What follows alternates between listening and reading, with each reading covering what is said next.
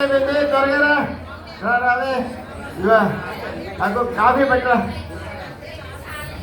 పట్టరావే. అదేంటి అలా మొహం ఏంటి అలా పెట్టుకుని ఉన్నా? సరిగా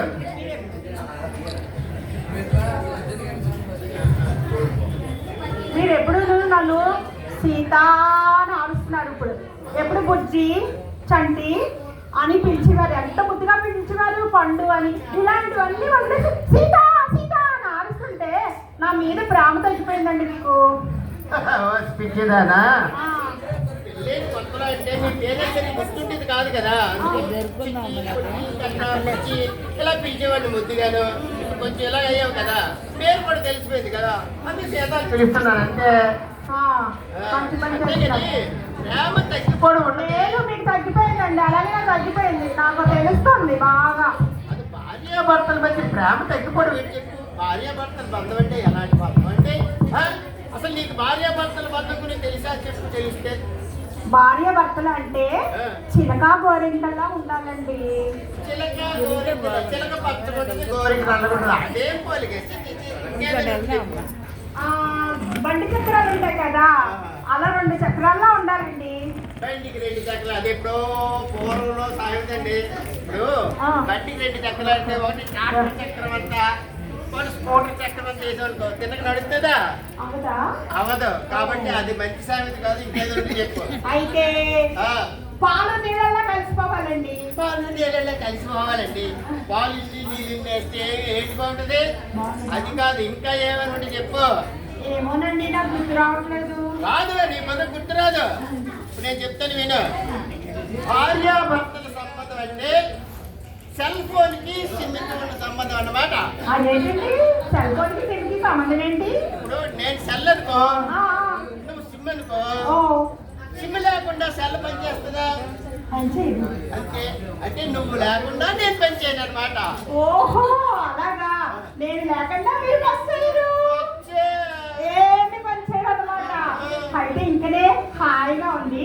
మీరు ఇందాక ఏం అడిగారు? కాఫీ అడిగారు. నేను మీకు బాగుంది తీసుకొస్తాను. అయితే సిమ్ లేకుండా నేను లేకుండా మీరు పనిచేయదు, సిమ్ లేకుండా సెల్ పనిచేయదు, సిమ్ లేకుండా సెల్ పనిచేయదు. ఏమండి పిచ్చిది ఇది? నాది చైనా సెల్ అని, అందులో 3 సిమ్లు ఉన్నాయని దీనికి తెలియదు. అందరికి కావాలని నేను ఆశించాను. నేను తప్పకుండా ఇష్టం లేదండి. సరదా కోసమేనండి ఇలాంటి చేసుకుంటాం. అయితే మీ ముందుకి ఇప్పుడు నాగరాజ్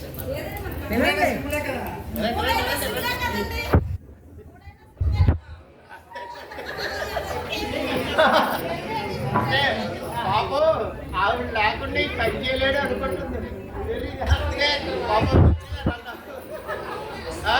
ఓకే అండి, రావాలి వెల్కమ్. ఏంటి సార్ ఏంటండి ఏమో లెక్కించుకుని వచ్చారు? 2 వచ్చారు.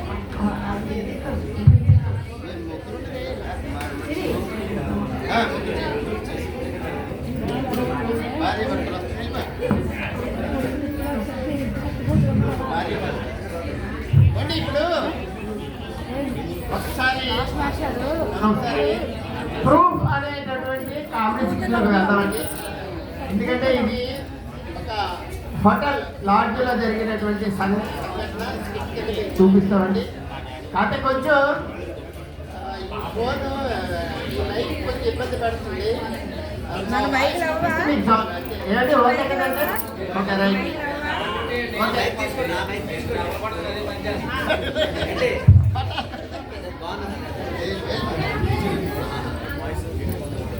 విశాఖపట్నంలో మా hotel. Okay thank you very much అండి.